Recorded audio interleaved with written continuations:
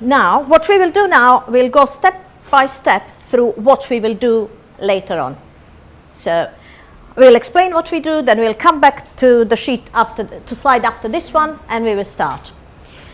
Every single activity is timed, and I apologize now. I will be moving you on, and I will be shouting 1 more minute on this activity and 2 more minutes in order for you to leave this room with your design. As Clive mentioned, many discussions will start here, but they will not end here. Often, when people start discussing the design, we end up discussing numbers of students, learning spaces, things like that. If I hear you talking about it, all valuable discussions, but it will not help us with the design. So I will ask you to move on, because these things we cannot sort out. We will be taking pictures and we will be tweeting them. So again, if you don't want to, let us know. Just let us know on this side. Yeah. We'll not send Yeah. any out. Yeah. All right.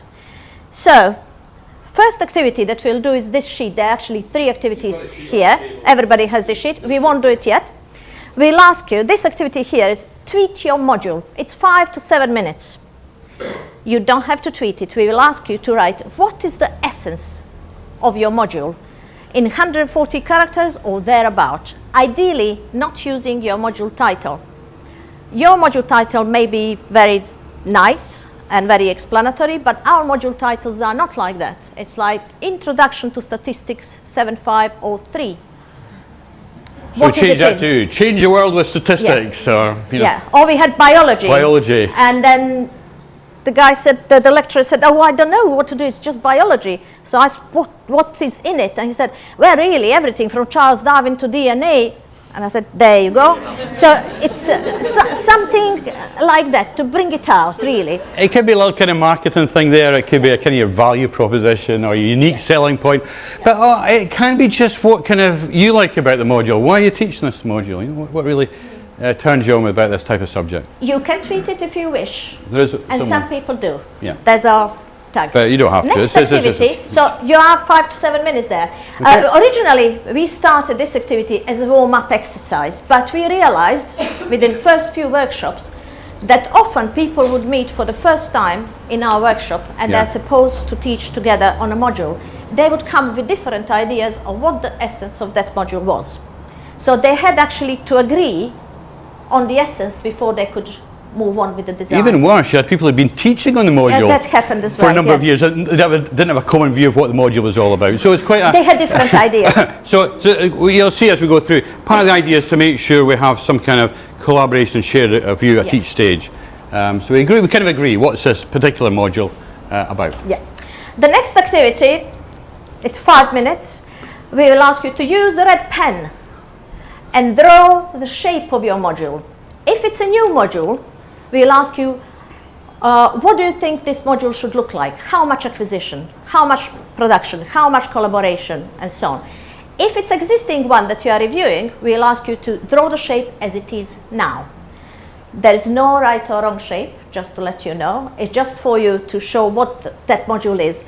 There are some ticks which you can't see here, some division of these lines. This is what students do. This design is student-centered. It's not about you and your hours, it's about students' time spent on those activities. So that's the next one. And the last one, minute or 2. This one down here. Yep. How blended is your module? Is it fully online? Is it fully face-to-face or somewhere in between? You just mark it. We'll leave that sheet aside. We'll come back to it by the end of the workshop. The next thing we will do is you will go onto the large sheet, which is storyboard of your student journey. You can divide this sheet however you like. This one is divided into weeks. People usually draw vertical lines. Once we had a circle, all sorts of a diagonal one time. Yeah. I don't know how that means. Important thing is that the student comes into your module here, or a course, if it's a short course, and leaves somewhere down and here. leaves here. So it's like a timeline. In this case, it's sort of zigzag, if you like. And we'll ask you to use the cards to construct their journey. And we'll ask you not to look too much at the back of the cards and not to think about activities yet. We are level above. Do they need to discuss something? Yes, put a discussion card. Don't think what activity they will do now. I'll send them to Facebook, or shall I send them on a Moodle forum? Doesn't matter. Please put the discussion card and start building patterns of their journey. Like this. I'll show you a couple of patterns. This is my first degree. 3 hours in a lecture theatre. That was my acquisition. 3 hours in a lab in the afternoon. That was my practice. 5-minute discussion. Lab report. And again, and again, and again, with more examination. That was my chemistry, my first degree. That was my physics in my first degree. And maybe some other. That was my degree as well. Yeah, very much. Yeah. So these were the patterns that I followed at the time that were done by me. I'll show you different types of pattern. This sheet is divided differently. You see, induction and topics, just to show you that can be done differently. Say this is a master's level module, and you get students with different backgrounds coming to your master's course, and you don't know what they don't know, so you decide to give them multiple choice question in your VLE, kind of diagnostic self-assessment thing for them to see how they are doing, what is expected from them, formative. Then you ask them to discuss their results in groups and to comment on each other's. This can be in a face-to-face environment, or it could be in an online forum. By that point, you know what they don't know, and you decide to give them some readings or direct them to watch something. Or instead, you ask them to go and find out the answers to the things they didn't know. And then you ask them to do a presentation, individual one. If it was group work, we would have collaborative card there too. We said earlier that whatever your students do, it should fit within these 6 types of learning. However, some activities will take many cards. Some of them will take all 6. Final projects usually would take 5 or something. So you just overlap them like that. On the next sheet, I will show you one activity. And you just continue with this. You will end up with something like this at the end of this stage. This is some problem-based activity here. So what you often see is that over let's say a 10 or a 12-week course or module, you maybe have 2 or 3 patterns. You tend not to have many more than that, because that'd be too confusing for you and your students. So you have something to get them going, something maybe you have a break in between, something towards the end of the course, and usually a different pattern around about assessment time. So it tends to be not really much more complicated than that, but it's up to you. They differ. They do. You'll see some examples. Yeah. They differ. Yeah. Everyone is different. Yes. It's quite remarkable. We have thousands of them, pictures of thousands of them, and they are different. Okay, so you are working collaboratively on this, and this is your design. If you all agree that this is what you want, you turn the cards over. We have some blue tack on the table. Stick them to the large sheet, to the storyboard sheet, and select activities your students would do, or write down your own activities. By that point, you will realize that maybe this should have happened before this, and you may swap the cards. We do say it's not set in stone, it's set in blue tack, so you could actually move them about a bit. Blue tack is a really important technology, folks, because as you see today, the wind comes in, the windows are open, so the drafts can blow your lovely designs away onto the floor. And also there's something about blue tack, it starts to make it feel a bit more solid. Complete, so you go for little bits of paper and you start to stick them all down. But as Natasha says, there's all the way through we can move things. Some people do, move things around. And the other thing people do, and you'll see that in some of our designs, people just write all over these sheets. These sheets are your sheets, these are not ours. This is your design, so if you say, well, this links to that, the big arrow or something like that, that's fantastic. Just whatever is meaningful for you as a design team, just do what you like with these sheets. This is another design. I copied these from somebody's real design, actually I replicated them. After you selected the activities and added your own, you have some stars on your tables. You have silver stars and the gold stars. We'll ask you to stick a star next to the activity that will be formatively assessed, silver star for formative assessment, and the gold star next to the activity that will be summatively assessed. So you just do So that. the summative, the silver star could also be where there's a point of feedback. I mean, we're Yes. all in the same kind of game. We want to make sure the students. Formative, sorry, silver. So the silver one. Yeah. To make sure that the students know when they're getting Yeah. feedback. I'm sure all your students are the same, have the same issue. You know, they don't remember when they got feedback and so on. So, so the silver one's quite important. So it might not be kind of formal activity. It might not be a sort of that type of activity, but you know, things like lab feedback or informal feedback is also you Peer might want to feedback. put in. Peer feedback also. But and the gold star is obviously where they're going to pick up marks. Yeah. This is somebody else's assessment. You see, they did percentages, etc., etc. All right. This is final design. By the end of this workshop, you will end up with something like this. And we'll show you, I don't know if you can see, Clive mentioned the patterns earlier. Yeah, so this one they've got some kind of induction activity when the students come into this particular module. And they've got this pattern which gets repeated. You can't see it here, but it's repeated 3 times. So they go through. So each time they go through, the content is different. The learning outcomes of these are different, but the pattern of learning is the same. And then on the down here we've got kind of a side project thing going on somewhere down there, and down here they've got a final kind of assessment piece where the students are working on. So don't feel completely restricted by the lines. If people, as I say in Tasha says, you can have parallel activities going on, you know, sort of activities that go across the whole module. Just find some way of putting that on here. I would like to mention assessment here again. You can see that these students on this module had an opportunity to be formatively assessed and to receive feedback on everything that they were assessed later on. If you can't see it, it's a gold star down there assessment. in the silver. Yeah. So it's the same, essentially the same type of activity they get assessed on, so you get a chance to practice. And if we had a whole program here, it's Yeah. very easy to see how varied is your assessment and how much you're assessing. At UCL, we have a problem of over-assessing. Yeah. And we have seen people removing stars in the workshop and changing gold to silver, saying, oh, that's too much, shall we make it formative? Yeah. So we say there's too much bling on your sheets, then you're probably over-assessing. The interesting thing there, though, is also, when people do this, if, you know, for real, me or do it for real, but in programs, they often have the learning outcomes and so on open on the table, have a laptop with that sort of stuff, so they're checking against it.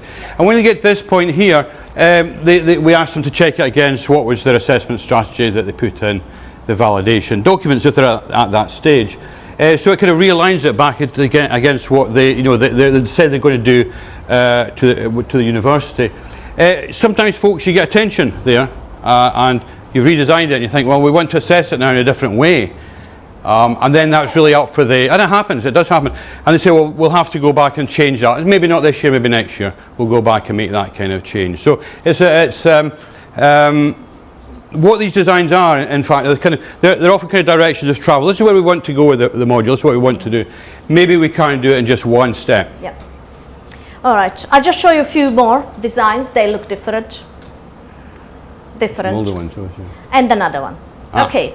At the beginning of the workshops, I said, of this workshop, remember connected curriculum is blue. Do you remember that? No? Okay. No, okay. It We're had a minding blue it now. logo. Yeah, it's like blue flower. You It's a see some flower. blue dots Right. there. This particular group of people, there were core modules of one master's, Yeah. and they were looking into connected curriculum dimensions after the workshop. So what we said to them was, once they'd done the design, they were nearly finished, they'd put all the stars on, all that sort of stuff. So now have a look at your designs and see, where does that connected curriculum strategy appear inside your design? Where's it represented inside your design? So we give them these blue dots, blue stickers. You probably can't see them at the back, but they're little blue dots. And even more sophisticated. They did this kind of off their own bat, really. We didn't ask them to do this. I don't think we asked them to do this. They put little numbers against it. So you did. Okay. So anyway, so they got little blue dots. So what they represent is different aspects of the strategy. So what's significant about that is you kind of close the loop between the big strategy, which is up in the cloud, and the practice of the students at the ground. And what's significant for us is to go back to the formal descriptions of the courses. What we have is a requirement now for our programs, at least, to have a descriptor about how the connected curriculum is represented in the course, in the program. So now we've done that, it's quite easy for the program lead to run around and have a look at all these things and say, here's some examples of it being used, and that's it, job done. And you'll all have that kind of quality loop somewhere in your university. So it provides a kind of way to do that in a fairly transparent way that we're all agreed on. They basically wrote down what is meant at the bottom of the sheet. That's true on the sheets, yeah. They Yeah, they did a kind of Yeah. a descriptor of that. Yeah. So this is for connected curriculum. Some other universities implemented their own strategy, Yeah, and they wanted yeah. to identify areas where students were improving their digital skills. Digital skills, employability which is another one. activity make them more employable and Yeah. so on, and they brought red stickers, white stickers, and Yeah. they put them across. So you can use it to kind of like, track through those things Another as well. layer, yeah. That's another thing you can do. Okay. Then we'll come back to the sheet. We'll ask you to use the blue pen this time and redraw the shape if anything has changed. Usually there is a change. Sometimes this change is just in perception Yeah. of what you do. That's what people told us. But most of the time it's a real change. Again, there's no right or wrong shape here. However, if you are one program and you are claiming that your students will be independent learners, working collaboratively and doing a lot of practice, and nobody is doing these activities, it's really easy to scan looking around, and you can actually, then you will need to talk about it, and somebody may need to change.